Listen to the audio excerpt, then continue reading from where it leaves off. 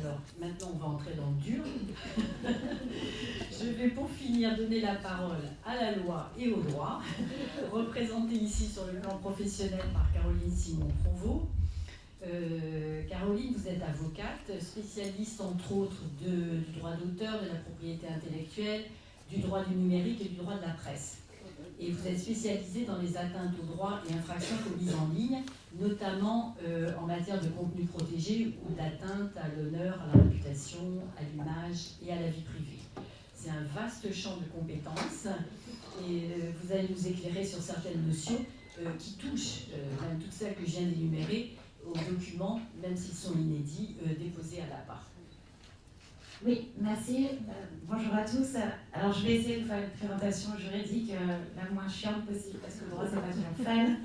Et malheureusement, assez synthétique, puisque, évidemment, on pourra en parler pendant des heures, mais nous n'avons pas des heures, donc je vais essayer d'aborder les questions les plus importantes, sans prendre non plus trop de temps, et en restant, j'espère, clair et synthétique.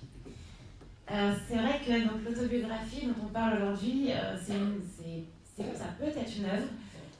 C'est en tout cas une création, quoi qu'il arrive, et une création qui est assez particulière et qui amène un certain nombre de questions du fait du processus de création. Puisqu'il y a effectivement d'abord la récupération d'un contenu, alors c'est la récupération d'un récit, de correspondances, de journaux intimes, de témoignages, voilà, qui vont permettre de donner la matière en fait, sur laquelle va pouvoir se faire l'autobiographie. Et puis il va y avoir la création de ce nouveau contenu, donc la création du récit autobiographique en ouvrage, peu importe, en texte, qui va relater des faits dont on a été témoin ou dont les autres parfois ont été témoins. Et puis ensuite, il y aura effectivement l'exploitation de ce contenu, la publication de ce contenu, la transformation éventuelle. Alors, dans ces trois phases se posent un certain nombre de questions. Et notamment, sur la première, donc la récupération du contenu. Il va y avoir deux questions. Il va y avoir le support en fait, du contenu et puis ce qu'il contient, en fait. Puisque quand on parle, par exemple, de correspondance, de journaux intimes, il y a un support, il a été écrit. Il y a, par exemple, pour les lettres, nous allons avoir un secret des correspondances qui va s'éteindre au décès, mais qui, pendant la vie de l'expéditeur et du destinataire, existe.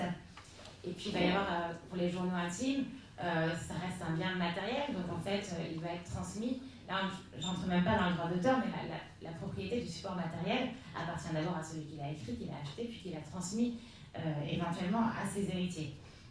Donc, ça pose la question de savoir qui va avoir le droit de transmettre. Est-ce qu'ils peuvent faire passer ce contrat de don, effectivement, avec l'APA pour leur mettre à disposition le contenu, le contenant, le support, est-ce qu'ils vont pouvoir éventuellement le récupérer? Est-ce qu'on peut venir voir l'APA pour récupérer quand on s'aperçoit que ça existe? Alors la réponse à cette question serait plutôt oui, puisqu'en réalité, encore une fois, on parle d'un bien matériel.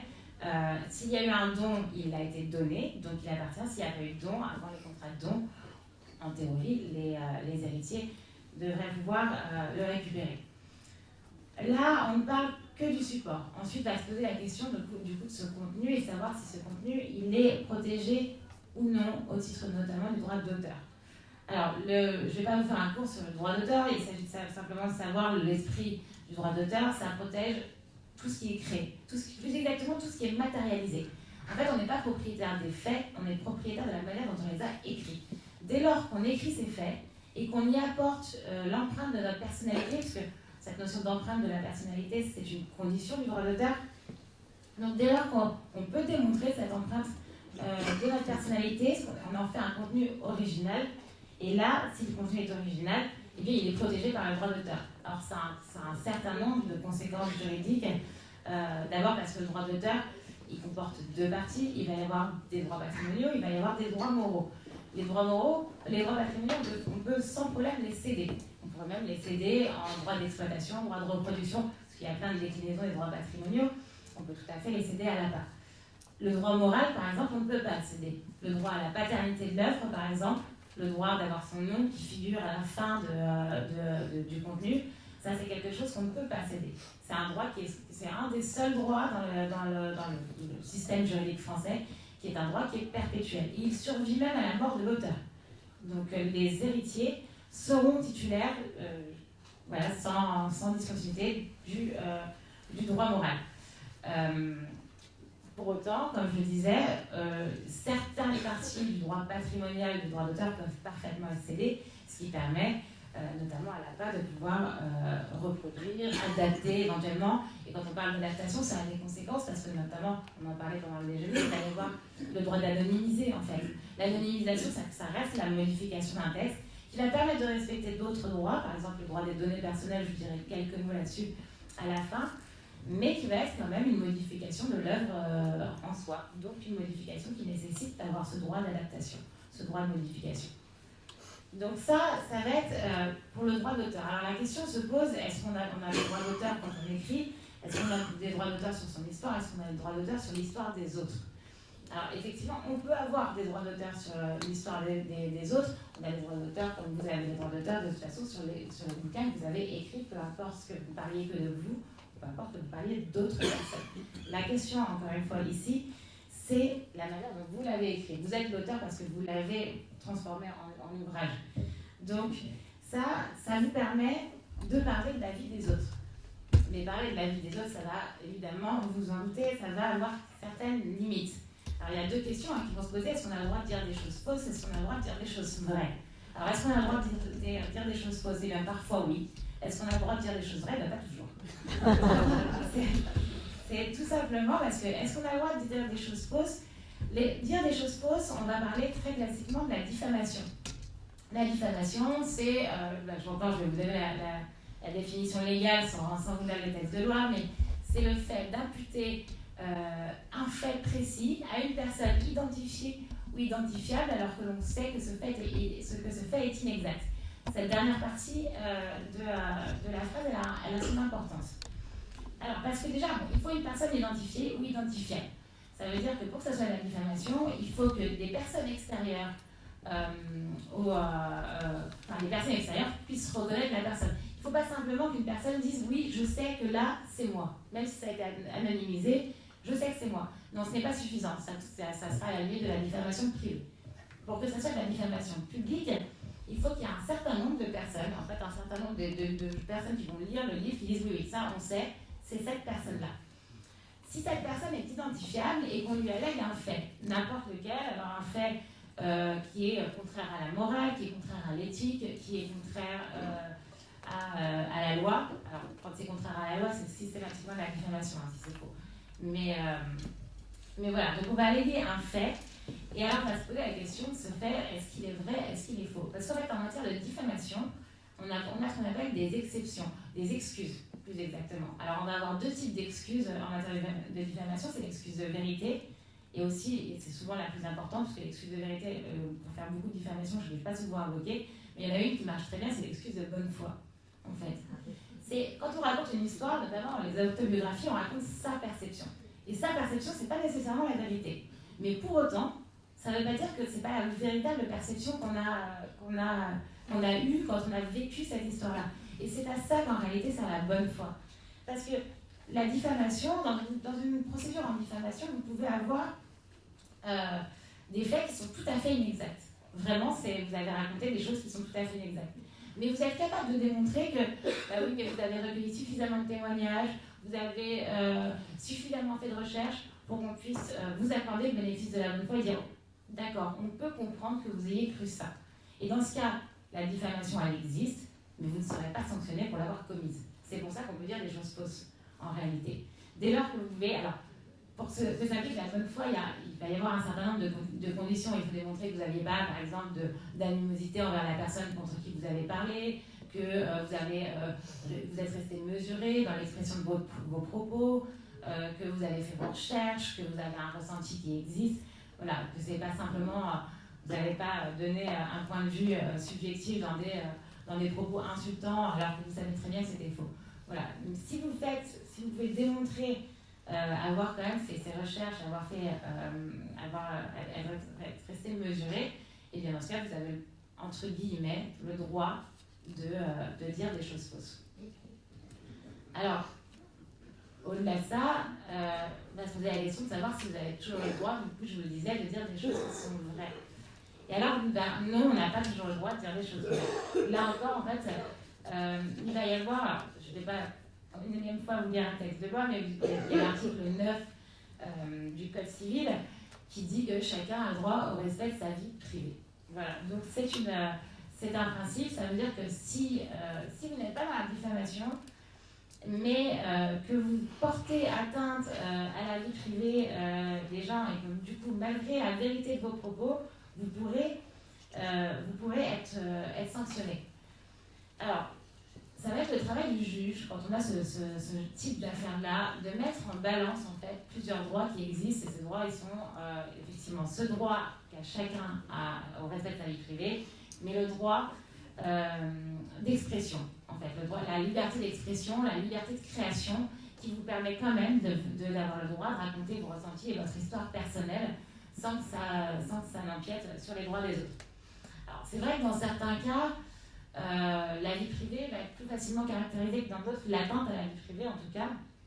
Alors notamment, les jurisprudences vont avoir tendance à protéger certains éléments de la vie privée. Ça va être la vie sentimentale, ça va être l'état de santé par exemple. On vous reprochera beaucoup plus facilement d'avoir parlé de l'état de santé du côté médical, des choses qu'on considère très intimes, que d'avoir donné des aspects de vie généraux, on va dire, que d'avoir raconté des histoires de vie sans toucher à ces choses sensibles. Ça va être également les opinions politiques, les opinions philosophiques de personnes privées, hein, bien sûr, je ne parle pas de personnes publiques, où là c'est une autre histoire. Disons que le droit à la vie privée est légèrement réduit pour forcément les personnes publiques, d'autant qu'on considère que quand une personne parle elle-même de sa vie privée, elle donne le droit aux autres finalement d'en parler.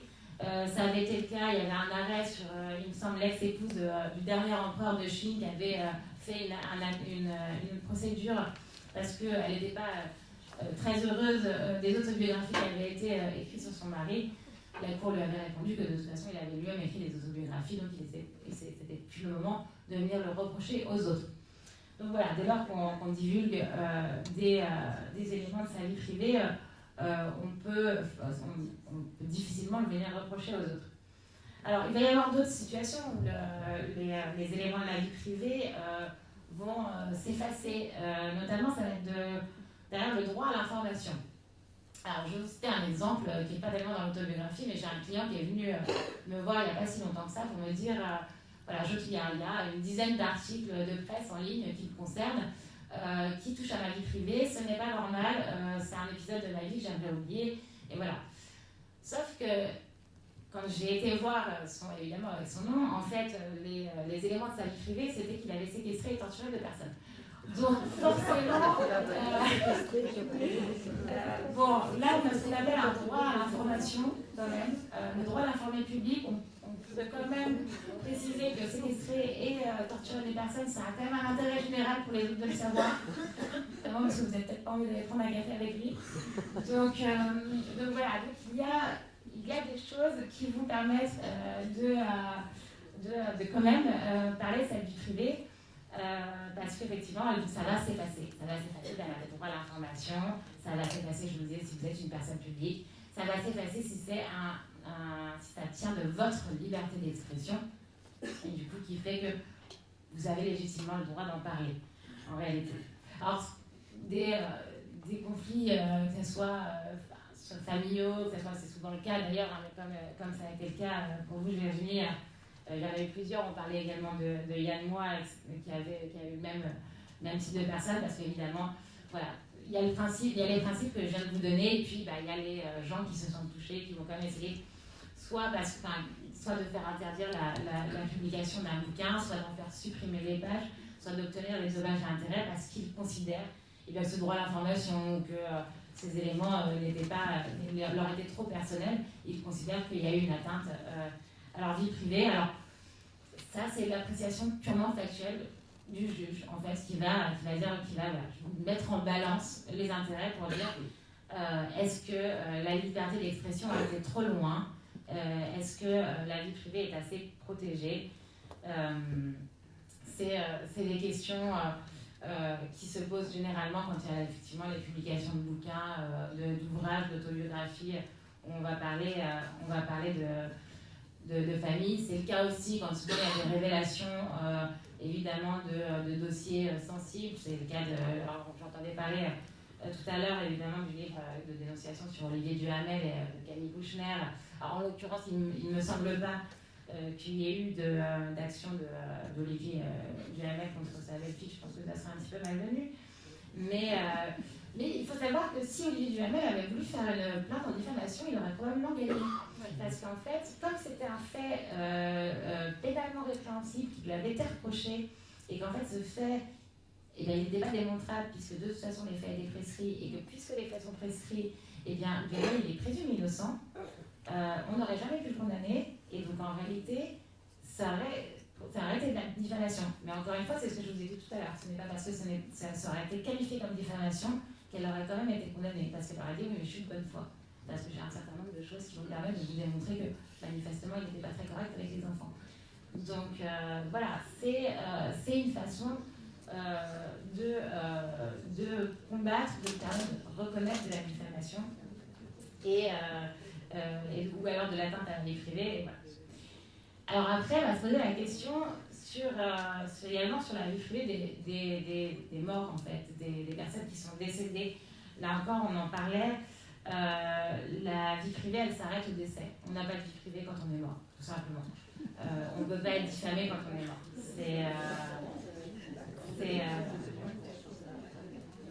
Il y avait une phrase qui avait été dite, alors que j'avais noté pour l'assise de la Seine, à Marais de 1900, c'est pour dire: pour sauvegarder les intérêts supérieurs de l'histoire, la loi n'admet le délit de diffamation des morts qu'autant qu'elle passe par-dessus leur tombe pour aller frapper les vivants.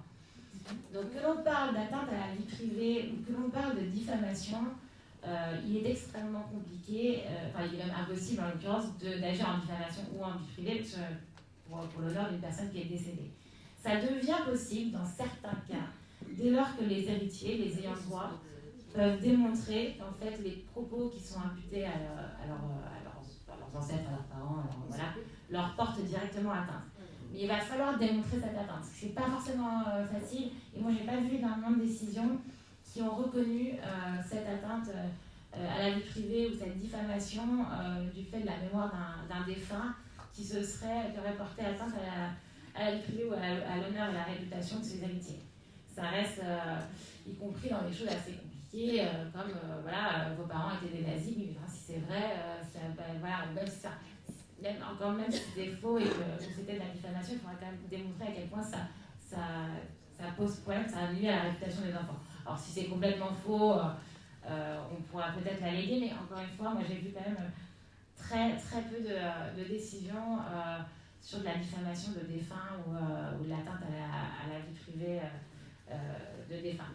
S'il n'empêche qu'il y a des actions qui sont pour l'atteinte effectivement, outre la vie privée, au respect de la mémoire des morts et à la dignité des morts, qui permettent de faire un certain nombre d'actions, mais elles sont quand même très restreintes.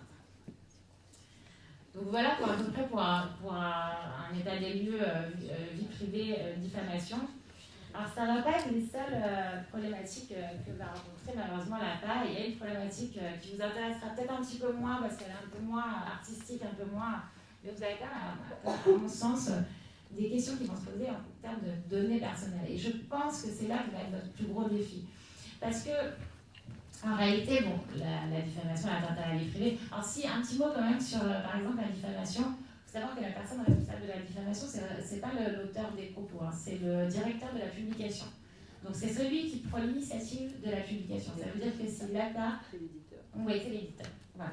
Et si la publication par l'éditeur, eh bien c'est l'éditeur qui sera coupable de diffamation si jamais ça venait à être connu. Alors il faut faire attention parce que la bonne foi est plus difficile à démontrer quand on n'est pas la personne concernée.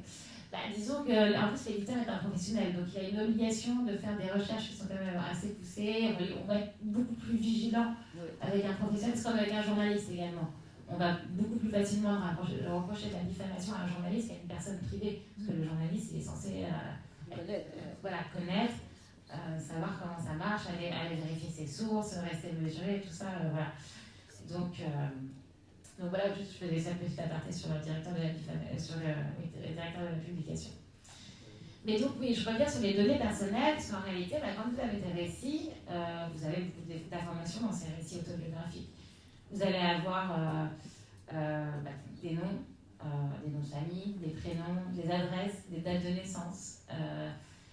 Ça, ce qu'on appelle des données on va dire classiques, qui sont pour la protection, qui sont protégées, mais ce n'est pas les plus problématiques.